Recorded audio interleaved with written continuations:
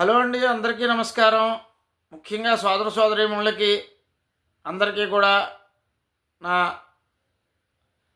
నమస్కారములు, అభినందనలు, ఆశీస్సులు. రాబోయేటటువంటి రాఖీ పండుగను పురస్కరించుకుని అందరూ కూడా అక్క చెల్లెళ్ళు అన్నదమ్ములకి రక్షాబంధనం కడతారు.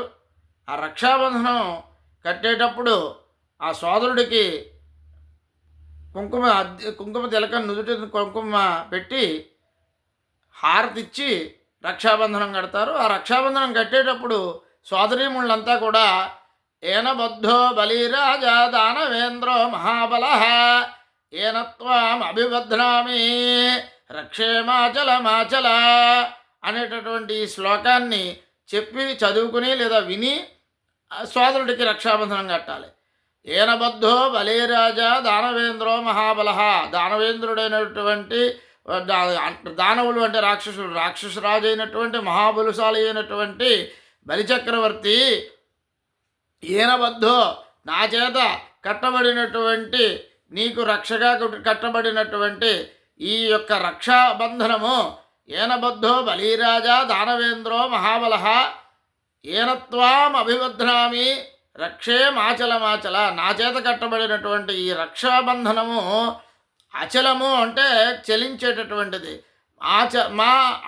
అచలము చలమునము లేకుండా స్థిరముగా నీకు ఆయుష్ని, కీర్తిని, బలాన్ని కలిగించుగాక అని చెప్పి కడతారు. ఇది ఎందుకంటే బలిచక్రవర్తి 3 అడుగుల దానం అడిగిన తర్వాత 3 అడుగుల దానము స్వీకరించిన తర్వాత ఒక వరం కోరుకోమంటారు శ్రీమన్నారాయణమూర్తి. అప్పుడు ఈయన్ని పాతాళలోకంలో ఒక పాదముతోటి పాతాళలోకానికి పంపించి వేశారు కాబట్టి బలిచక్రవర్తిని అప్పుడు పాతాళలోకానికి నాకు రక్షణగా ఉండమని విష్ణుమూర్తిని కోరితే విష్ణుమూర్తి అక్కడ ఉండిపోయినప్పుడు లక్ష్మీదేవి విష్ణువుని వెతుక్కుంటూ వచ్చినప్పుడు వచ్చి ఆ రక్షణ కడితే నీకు ఎటువంటి లోపము ఉండదు కాబట్టి నీవు ఈ రక్షాబంధనంతో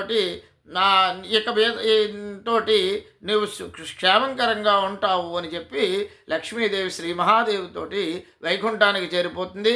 నా వీడియో నచ్చినట్లయితే లైక్ చేయండి, షేర్ చేయండి, సబ్స్క్రైబ్ చేయండి.